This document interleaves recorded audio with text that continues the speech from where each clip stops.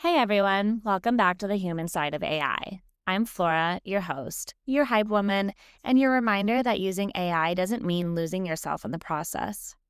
If you're new here, here's how this show works. On Fridays, I sit down with real humans doing real things with AI. Guests who are building, creating, and figuring it out in real time. But on Mondays, I hand the mic to our AI hosts and step back. Because one of the most human things I can do is protect my energy and attention for only the things that I can do. Today's Monday episode was actually inspired by a conversation I had right here on Friday with Catherine, founder of AI-Powered Social and the creator behind House Manager OS. We went so deep on home management, mental load, and the systems she's building that we never got to touch on something I know Catherine is a true expert in: social media strategy for small business owners. That gap stuck with me all weekend, so I handed it to our AI hosts to dig in. Today, they pulled from the biggest names in the industry: Buffer, Sprout, Social, Hootsuite, Social Media Examiner, Neil Patel, and filtered out all of it through one of the ruthless lens. What actually works when you're overwhelmed, time-strapped, and honestly kind of skeptical that any of this is worth it? 5 insights, real AI angles, free tools, no fluff. Let's get into it, and I'll see you back here on Friday. If you run a small business, your social media strategy is probably on fire right now. Oh, absolutely on fire. It's a mess for most people. Right. Like, you are overwhelmed. You barely have time to eat lunch, let alone post online. Yeah, and if you're being totally honest with yourself, you're probably deeply skeptical that posting on Instagram or, LinkedIn is even worth your time anymore. Exactly. And so, welcome to this deep dive. Our mission today is to just cut through that absolute noise. Because there is so much noise out there. So much. We are looking at this masterclass of strategy today, and it's pulled from, the actual giants of the industry. We're talking Buffer, Sprout Social, Hootsuite. Yeah, and Social Media Examiner, plus some insights from Neil Patel. But, and this is the key, we are filtering all their wisdom through a very specific, ruthless lens. Right, the lens of survival for the time-strapped creator. Because that's who you are, right? Yeah. You're just trying to survive. Exactly. I mean, the tension we see constantly is between these massive multi-channel strategies that platforms push. Which are exhausting just to read about. Totally. It's that tension between those giant strategies and the practical reality of someone who is, literally just trying to keep the lights on and the inventory stocked. Right. And that reality is usually paralyzed by jargon. Like, you go online looking for help, and instead of practical advice, you just get buried in consultant speak. Oh, it's the worst. Yeah. It's all about synergy and leveraging omni-channel paradigms. Yes. And honestly, the traditional approach to social media marketing is like asking for help building a really simple wooden birdhouse, right? Okay, I like where this is going. If you ask for help, and instead of giving you some wood, you're handed this 47-piece, highly specialized toolkit. Right. The industry consultant swoops in and hands you like a pneumatic laser-guided saw. Yes, and a 3D modeling software subscription. And a titanium protractor for good measure. Exactly. And you just need a hammer, some nails, and a few pieces of wood. It's completely unnecessary, it is intensely paralyzing, and it instantly creates overwhelm. Well, and the thing to remember is, the industry constantly pushes that complexity. Because, frankly, complexity justifies consultant fees. Ah, right. If it sounds hard, you have to hire them. Exactly. A consultant makes things sound difficult, so you pay them to fix it. Mm-hmm. But a smart friend simplifies things so you can actually get them done over the weekend. Okay, but hold on. Let me push back on that a little bit. Go for it. If we just act like a smart friend and we strip away all those complex tools, aren't we kind of ignoring the high-level strategies that companies like Hootsuite and Sprout Social literally built their empires on? That's a fair question. Yeah. Doesn't simple just mean ineffective in this case? Not at all. I mean, simple doesn't mean dumbing it down. It means brutal prioritization. Brutal prioritization. Okay, I like that. Yeah, the core recommendation we're unpacking today solves this exact problem by applying strict structural limits. Mm-hmm. You don't need 47 tactics. You need to limit your entire strategy to just 5 key insights. And the fundamental shift here is that every single one of those 5 insights must be paired with what the sources call an AI angle. An AI angle, right. So when I first looked at this AI angle concept in the research, I immediately thought of it like having a free digital intern. Oh, that's the perfect way to look at it. Because we aren't talking about buying some $5,000 enterprise software suite to analyze market trends, right? Definitely not. No, we are talking about giving plain language instructions to the free tools you already have access to on your laptop. Like the free version of ChatGPT or Claude. Exactly. Historically, a small business owner had basically two choices, right?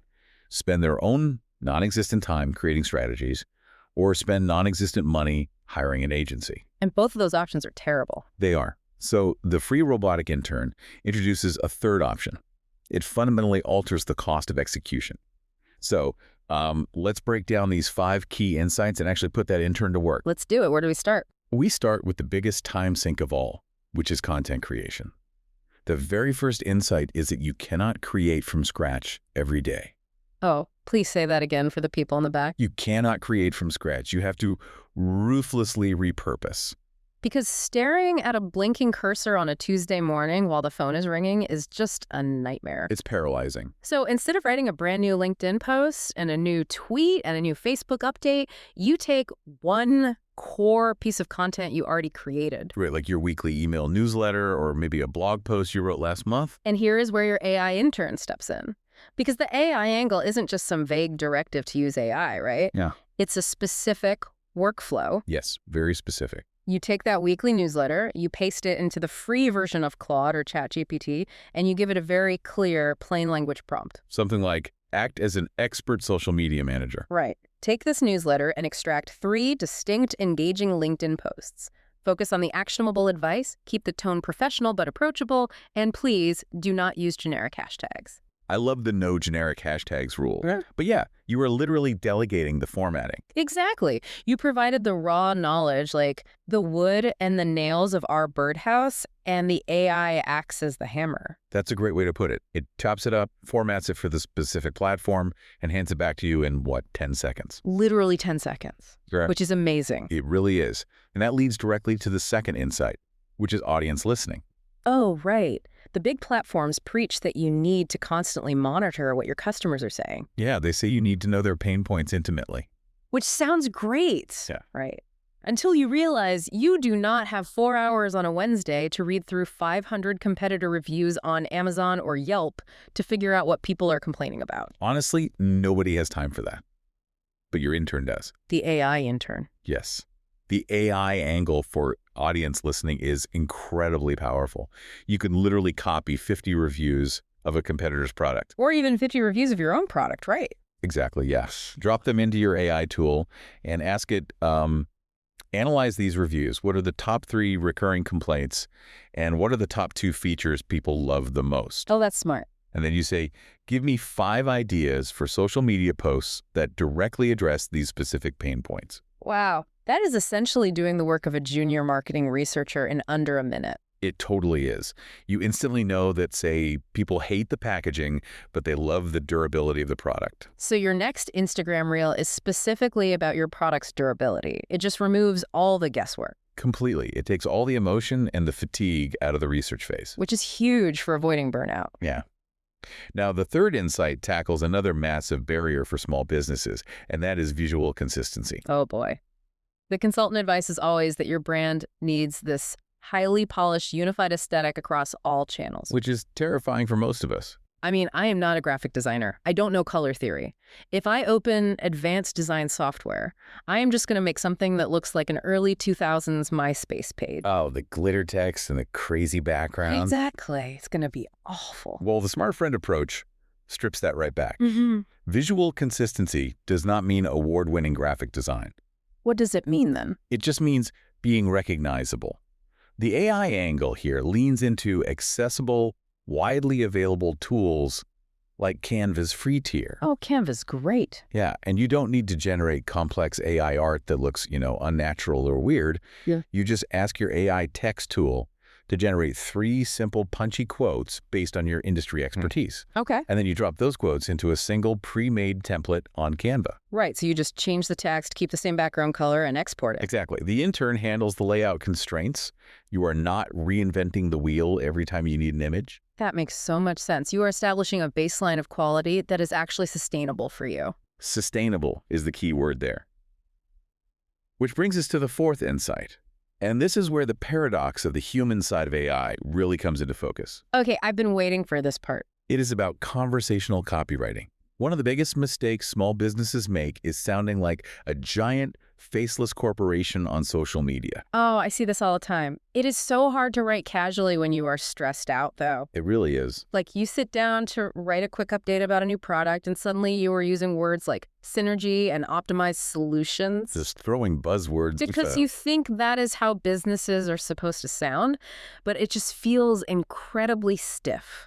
Yeah, and the irony here is that we're actually using a robot to make us sound more human. Right. How does that work? So if you struggle with corporate speak or writer's block, the AI angle is to use voice dictation. Oh, like voice memos on your phone? Exactly. You open a voice memo app while you're driving or walking the dog, and you just ramble about the new product. Just off the top of your head.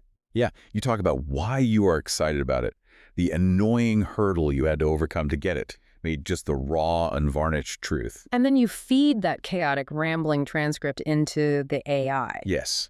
You tell the AI, take this brain dump, clean up the grammar, but maintain a warm conversational tone.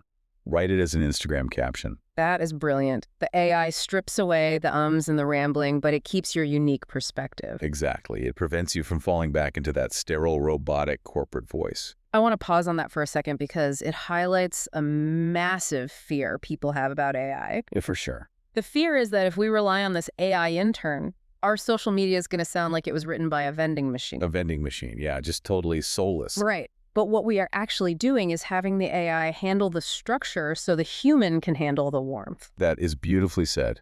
The strategy is never to have AI replace the human. It is to have AI protect the human's energy. Protect their energy, right. Think about it. When you are not exhausted by the mechanics of figuring out what times to post or how to format a caption or staring at a blank screen wondering what to write. You actually have the emotional bandwidth to reply to a customer's comment with genuine warmth. Exactly. AI buys you the time to be human. It buys you the time to do the things only a human can do. I love that. Yeah, and that actually transitions perfectly to the fifth and final insight, which is analyzing what actually works. Analytics, the scary part. The traditional advice says you need a massive dashboard tracking 40 different metrics. Yeah. You know, impressions, reach, click-through rates, bounce rates. Looking at a spreadsheet of analytics makes my eyes glaze over, honestly. It is just a wall of numbers. Oh, 100%. It's too much. But the AI angle simplifies this entirely. Okay. You just export a basic CSV file from your Facebook or LinkedIn page, just the raw data of your last 20 posts. Okay, easy enough. You drop that file into an AI tool and you prompt it. You say, act as a data analyst. I'm a small business owner who doesn't understand complex metrics. Be gentle with me, AI. Right. Look at this data and tell me, in plain English, what type of content performed the best last month, and give me 3 recommendations for what to do more of next month. Oh, wow. So it might just say, post more videos on Tuesdays. People seem to like them. Exactly. That is all I actually need to know. I don't need a pie chart. I just need a directive. Exactly. You have taken the 5 most overwhelming pillars of social media content creation, audience research, visual design, copywriting, and analytics, and you have outsourced the heavy lifting of each one to a free intern. So you have stripped away the 47 tools and left yourself with a clean, really efficient system. You really have. But, and I think this is important, doing this alone in a vacuum is still incredibly isolating. Oh, absolutely. Even with the best AI intern in the world, posting content is not the same as connecting. If you have all this newly freed up time and emotional bandwidth, what are you actually supposed to do with it? Well, the research points to this really clearly. You direct that energy toward community. Community is the logical endpoint of this entire framework. If you strip away the jargon, eliminate the unnecessary tools, and use AI to handle the rote execution, you are left with a human being. A human being who needs connection and validation. Yes, and a place to share what is actually working in the real world. Which brings us to the specific gathering place that emerged from all this research. It's a community called Club Jam. Right, Club Jam. And for anyone listening, you can find it at school.com/Shamutai. The interesting thing about how this community is presented in the sources is that it isn't a hard sell for some premium, secretive mastermind group. No, not at all. It is the exact opposite of the consultant model we talked about earlier. Right. Club Jam is presented as a natural extension of that smart friend over coffee vibe. It is a dedicated space for overwhelmed, time-strapped creators and business owners to just stay grounded in reality. So let me ask you this. Is the ultimate social media strategy today less about the actual broadcast content we push out to the masses and more about hiding out in these micro communities? Like, are we just retreating from the main feed? That's a fascinating way to look at it. Mhm. I wouldn't call it a retreat, though. It is more like an evolution of where value is actually exchanged. Okay, unpack that a bit. If you analyze the trajectory of social media, it started as highly connected micro-communities, right? Back in the early days, yeah. Then it evolved into these massive, noisy broadcast platforms driven entirely by algorithms. Where you're just screaming into the void. Exactly. And now it is fracturing back into these specialized, high-trust micro-communities. Because you rarely get no fluff, practical action in a public broadcast feed anymore. Right. The algorithm actually rewards fluff, outrage, and controversy. Because controversy keeps people scrolling. And looking at ads. Precisely. You only get no fluff truth in a dedicated community of peers who are actually in the trenches with you. That makes total sense. Relying on AI to handle the noisy broadcast side of your business, so you can personally invest your time in a micro-community like Club Jam. Yeah. That is arguably the most advanced strategy a small business owner could deploy right now. You are automating the broadcast and humanizing the connection. Wow, yeah, that's exactly it. Let's bring this all together for you listening right now. The core message from synthesizing all this industry wisdom is honestly incredibly liberating. This should feel like a weight lifted off your shoulders. You do not need a consultant. You do not need confusing jargon. And you definitely do not need a massive toolkit of expensive software. You just need a plain language framework restricted to those 5 key insights we covered. Repurposing content. Listening to your audience. Maintaining simple visuals. Writing conversationally. And analyzing your results in plain English. And you execute those insights using accessible, free AI tools. Your digital intern handles the formatting, the synthesizing, and all the heavy lifting. This isn't just theory either. This is a literal blueprint for taking back your time. Social media success is simplified when you let AI handle the overwhelming structure so you can focus entirely on the human side of your business. It is really about reallocating your most precious resource, which is your attention. Right. You stop spending attention on formatting, and you start spending it on relationships. I love that. But before we wrap up, we always like to look at the horizon. Based on this entire shift toward AI-assisted strategy, what is the final thought we should be mulling over today? Well, if we follow this logic to its ultimate conclusion, it raises a rather provocative question. Okay, let's hear it. Right now, using AI is an advantage, right? Because not everyone is doing it efficiently. Exactly. But these tools are becoming so incredibly intuitive and so widely accessible that very soon, literally every small business owner will effortlessly automate their 5 core strategies. Oh. So when perfection, consistency, and optimized formatting are automated by everyone, and that pristine baseline is just the standard. What happens then? That's the question. What will become the new, completely unautomatable human trait that actually makes a business stand out in the feed? What is the new premium? Oh, wow. Yeah.